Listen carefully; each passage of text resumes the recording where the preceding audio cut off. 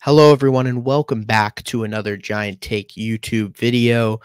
Josh isn't with me right now. We're both having a very busy week, so that's why we're here a little bit delayed on this news regarding the defensive coordinator role. Finally, and I say finally because it's been, I guess, a few days now since Joe Shane said it was going to be done by the end of the week, which everyone assumes is Friday, end of the work week.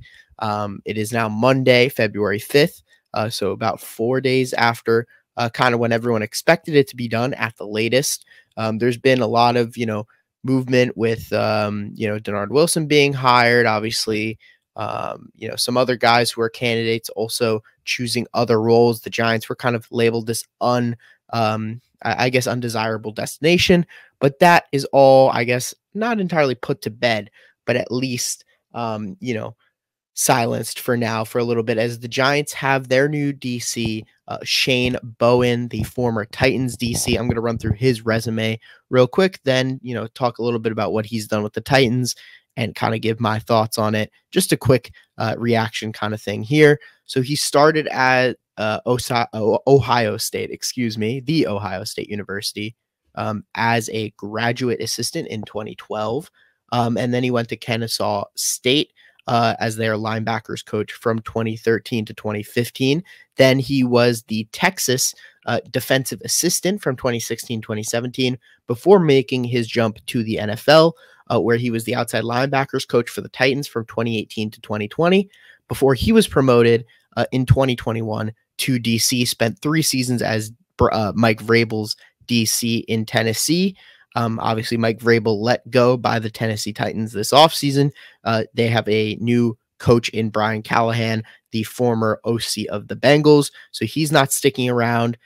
Shane Bowen is. So he's looking for a new role. He interviewed with the Giants earlier on in the process. Didn't seem like there was a ton of interest there. Some of the other candidates fell through, and it seems like the Giants may have had to settle for their guy, quote unquote. So, of course, they're not going to say that publicly. Running through a little bit of Bowen's stats real quick. So in points per game, in terms of the defense, they were 5th in points per game allowed in 2021. 2022, they were 13th. And 2023, they were 16th. So a slight regression through the years. Obviously, that Titans defense also lost a lot of talent, and a lot of their high-level playmakers on the defensive side of the ball ended up aging quite a bit. 2021, in terms of passing defense, they were 17th. 2022, 27th. So a big drop off there before returning to, a slightly better number at 24th in 2023. But the main thing for Shane Bowen's defenses is the run defense. It's something that Giants have struggled with their defensive coordinators, whether it's Wink, whether, it was James Betcher going back, with to the Pat Shurmur era, they've always had trouble against the run. And Bowen in 2021, they were 4th against the run. In 2022, they were 1st against the run. And then 2023, they were 4th once again. So top 5 against the run in all 3 years he was defensive coordinator. So that's something that's important to note, and I think a really positive sign. Bobby Skinner tweeted this, one of our friends from Talking Giants. Bowen's had a top 5 run defense every year. They've never been lower than 16th in points per game over his 3 seasons. So definitely an underrated candidate, someone that's kind of been going under the radar, similar to Mike Vrabel, who ended up not getting a head coaching job, funny enough, which is crazy considering I was talking about it with Josh on the podcast, and I was saying I think he's a top 10 coach in the NFL, and he didn't even get a job. Obviously very odd cycle here with Belichick still unemployed as well. But just very, very interesting. And Denard Wilson clearly not going to join the Giants after he made his move to the Titans and, replacing Shane Bowen. So we get Bowen, which is kind of a funny, triangular movement here, moving from Baltimore there and then Titans DC coming here. And then obviously Bobby Babick, who is now the defensive coordinator for the Colts. It seems like those 2 guys were the finalists. Jerome Henderson obviously was, I guess, snubbed in some people's eyes. He's kind of been that next man up for a few years now, and he keeps getting looked over. And he was looked over once again here for the defensive coordinator role. Shane Bowen, important to note, a very young coordinator, only 37 years old. So a lot of potential for him.